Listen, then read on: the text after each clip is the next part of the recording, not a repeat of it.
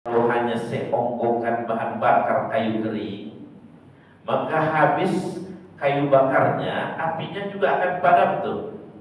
Itu dia. Oh, ini tidak Bapak Ibu. Ini bahan bakunya kayu-kayu kering dipersiapkan dengan jumlah yang banyak. Jadi hampir-hampir mau berhenti apinya, tambah lagi. Jadi api unggun yang terus menyala dengan luar biasa ini, itu memang sengaja dibuat terus-menerus dalam 24 jam begitu.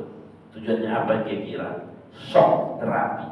Apa itu shock terapi? Mempertakut masyarakat yang beriman, hati-hati. Anda kalau tidak beriman, Anda tidak mengikuti arahan Raja Najran, meninggalkan keimanan kalian, nasib kalian itu api neraka telah, begitu kira-kira. Jadi itu api neraka, itu api unggun yang ada dalam parit tadi dibuat dengan terus apinya membesar, tidak pernah berhenti. Itu sebabnya dibuatlah kayu bakarnya, bahan bakunya yang sangat cukup banyak sehingga api itu tidak pernah padam. Itu yang dilukiskan oleh Allah dalam ayat An-nari zatil waqud. Apinya yang punya bahan baku, bahan bakar yang tidak pernah padam. Idhum 'alaiha qu'ud. Ketika mereka ini juga didudukkan di pinggir dari parit ini. Nah, itu tadi yang kita katakan bahwa sebelum dieksekusi untuk dibakar hidup-hidup yang beriman, itu memang sebagai mempertakut masyarakat, didudukkan mereka di pinggir dari api yang menyala ini. Lalu ada nanti yang datang dari pihak Raja Najran, apakah Anda masih beriman? Apakah sudah mau meninggalkan cara nenek moyang kalian? Kira-kira gitu. Jadi Bapak Ibu yang kurang kuat imannya, kalau ini bisa berakibat dia tinggalkan keimanannya, ingin menyelamatkan diri. Tapi yang kokoh imannya, apapun resikonya, maka ia akan tetap komitmen dengan syahadatnya itu. Nah, jadi Bapak Ibu yang dimuliakan Allah Subhanahu wa taala, berat. Ada pertanyaan kita pastinya, Ustaz, apakah yang mereka lakukan sehingga terciptanya keyakinan seperti demikian? Tantangan begitu berat, siksa yang begitu dahsyat, tapi masih kokoh keimanan mereka.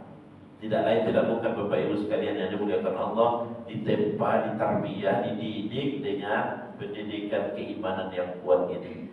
Orang-orang Ashabul Kahfi yang juga masuk ceritanya direkam dengan pasti oleh Allah dalam Quran, itu juga ternyata karena keimanan mereka sebagai anak muda di zaman itu tidak seperti keimanan orang biasa. Ditambahkan oleh Allah hidayah dan petunjuknya, sehingga dengan itulah mereka mampu bertahan walaupun pada akhirnya resikonya mereka masuk ke dalam gua yang ratusan tahun pula berada di sana.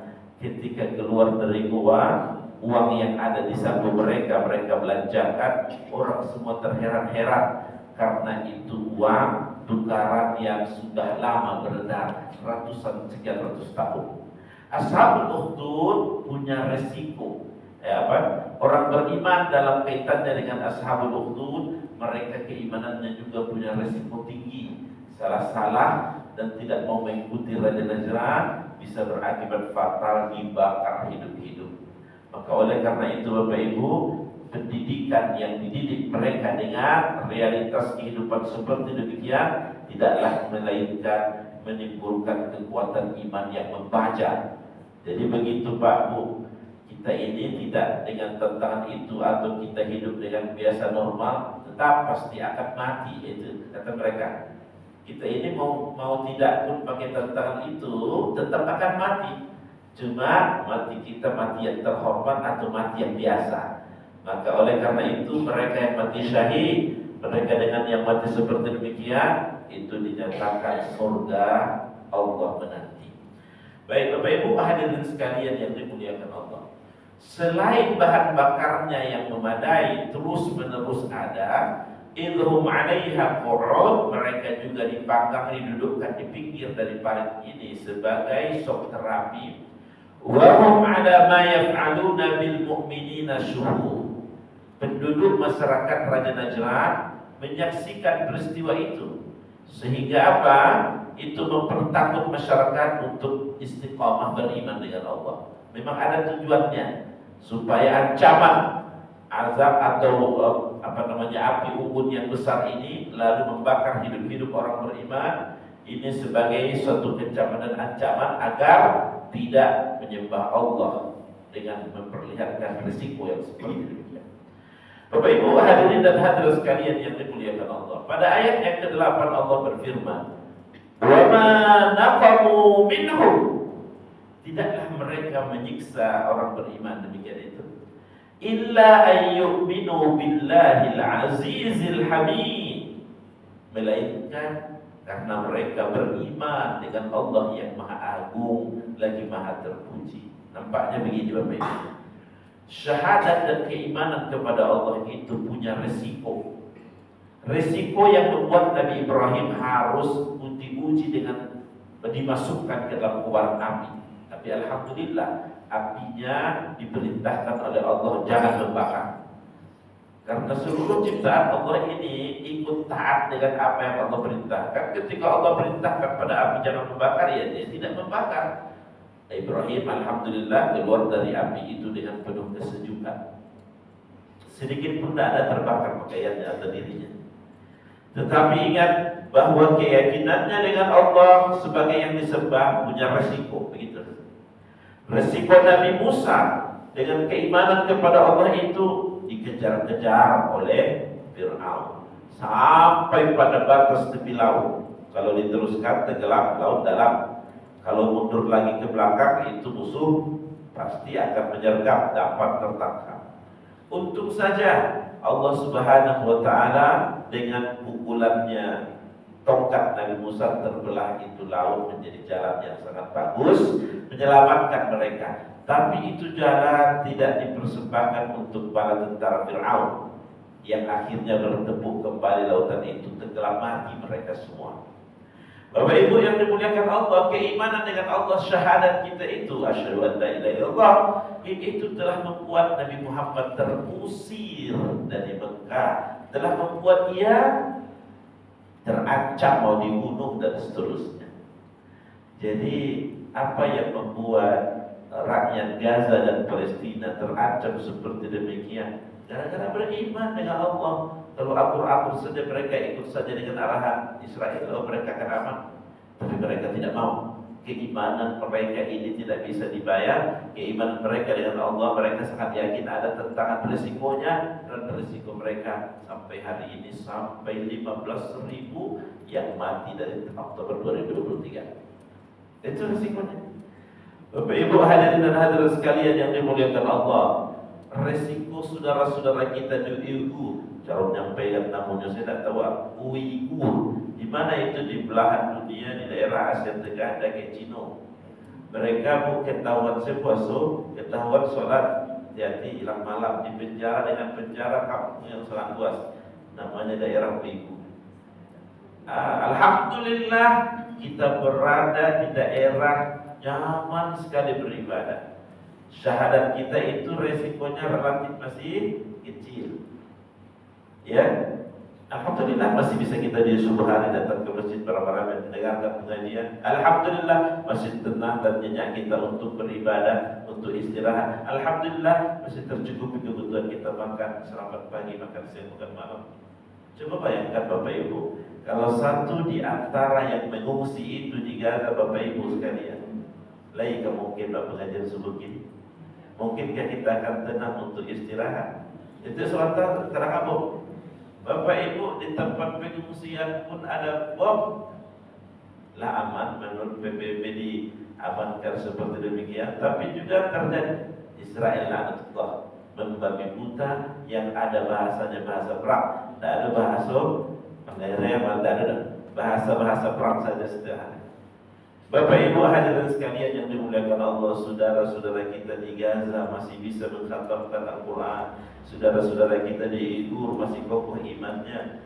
Kenapa kita bermalas-malasan beribadah kepada Allah sementara Allah menakdirkan ke negeri kita yang masih aman, damai, jauh dari huru hara? Maka sekali perlu kita renungkan itu supaya kesyukuran kita tetap terjaga kepada Allah Subhanahu wa taala. Allah Subhanahu wa taala menyebutkan, "Wa ma naqamu minhum illa ayyuminu billahil azizil hamid." Mereka itu tidak disiksa kecuali karena mereka beriman dengan Allah Subhanahu wa taala. Jadi itu memang resikonya, seperti mana nabi-nabi, rasul-rasul juga demikian. Makanya Pak Bu, waktu kaum muslimin masih sedikit di Mekah, itu mereka saudara-saudara kita yang di antara pertama awal-awal generasi awal masuk Islam menderita, dipersekusi seperti demikian. Makanya ya mati syahid pertama memperjuangkan agama akidahnya, bukan bapak-bapak. Mohon maaf bapak-bapak. Ya, jadi yang mati syahid pertama dalam Islam memperjuangkan keimanannya diwakili oleh ibu-ibu. Namanya adalah Sumayyah. Coba bayangkan Bapak Ibu, terik panas, mungkin ada yang mengatakan sampai 40 derajat panasnya.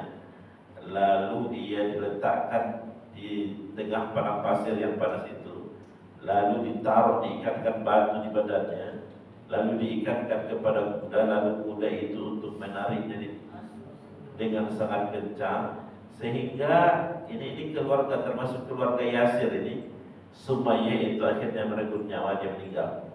Sehingga Nabi Muhammad menyaksikan peristiwa itu berucap, "Sabar ya keluarga Yasir, surga menanti." Tentangan dengan risiko keimanannya itu luar biasa. Maka keluarga ini keluarga syuhada yang diwakili yang mati syahid pertama adalah Sumayyah dari kaum muslimah di zaman itu. Oleh karena itu Bapak Ibu yang dimuliakan Allah Subhanahu wa taala, ternyata para wanita juga memiliki kontribusi besar dalam perjuangan untuk membela akidah dan keimanannya. Bapak Ibu hadirin dan hadirat sekalian yang dimuliakan Allah, di penghujung dari bahasan kita ini, Allah Subhanahu wa taala sudah siapkan orang yang berperilaku seperti demikian kepada orang beriman. Kalau mereka tidak taubat kepada Allah sebelum terlambat masih masa hidup di dunia, maka mereka juga sudah disiapkan Allah azab neraka jahanam. Pasti itu neraka jahanam. Dan begitu juga diulang sekali lagi, selain azab neraka jahanam, walahum azabul hariq. Mereka itu nanti akan mendapatkan azab yang juga adalah membakar mereka. Ada dua pendapat ulama. Bapak Ibu, yang pertama itu kan api neraka sudah pasti membakar. Kenapa disebutkan sekali lagi azab hari? Pendapat yang kedua, dari semenjak mereka di alam kubur itu sudah datang cicilan siksaan Allah, yang siksaan Allah itu adalah dibakar. Bapak Ibu, kan sudah mati itu tidak merasa lagi. Jangan katakan begitu. Itu orang yang sudah mati pun masih merasakan. Pendapat yang kedua Bapak Ibu sekalian yang dimuliakan Allah, yang merasakan sakit terbakar itu kulit ininya. Kalau kulitnya sudah hancur bagaimana? Tentu berkurang, atau mungkin orang tidak mati rasa. Oleh karena itu dalam surat Yasin disebutkan, kalau sudah hancur lebur kulitnya, nanti ketika diazab dibuat lagi oleh Allah kulit baru, dibuat lagi oleh Allah kulit baru, supaya yang bersangkutan merasakan betapa pedihnya dibakar hidup-hidupnya. Oh sudah rusak lagi, dibuat lagi kulit baru. Mudah sekali bagi Allah untuk mendatangkan kulit baru, karena kulit itu satu alat untuk merasa supaya lebih perih, maka memang sengaja dibuat lagi kulitnya oleh Allah Subhanahu wa taala untuk merasakan hal yang demikian. Tetapi Bapak Ibu sekalian yang dimuliakan Allah, yang beriman, yang bisa sabar menghadapinya dengan tenang, menganggap itu resiko dari keimanannya, yang ditebus bahwa harga surga itu memang sangat mahal. Allah mengatakan kepada mereka, innal ladzina amanu wa 'amilus shalihat, orang yang beriman, orang yang beramal saleh, orang yang istiqamah dengan keyakinannya, Allah sudah siapkan surga yang air mengalir di bawahnya. Dzalikal fawzul kabir, itulah hakikat kesuksesan yang sesungguhnya. Bapak Ibu, Al-Quran memberikan penjelasan pada kita, sukses menurut Al-Quran adalah bila masuk ke dalam surga, terlepas dari siksaan api neraka, itulah orang yang beruntung. Jadi boleh kita mendefinisikan sukses untuk untuk perniagaan kita, kalau kita punya banyak properti, tapi ingat di sebalik itu semua keuntungan yang sesungguhnya, kemenangan yang hakiki atau kesuksesan yang sebenarnya apabila terjauh dari sentuhan api neraka, masuk ke dalam surga, itulah hakikat keuntungan kesuksesan yang sebenarnya. Maka oleh karena itu Bapak Ibu, hidup kita di dunia yang tersisa ini kita fokuskan bagaimana untuk meraup pahala sebanyak-banyaknya, menghindarkan diri dari perbuatan dosa yang membuat kita untuk masuk dalam neraka. Mudah-mudahan terbebas kita dari sentuhan api neraka dan kita semua masuk dalam surga insyaallah. Wabillahi taufiq wal hidayah. Assalamualaikum warahmatullahi wabarakatuh. Waalaikumsalam warahmatullahi wabarakatuh.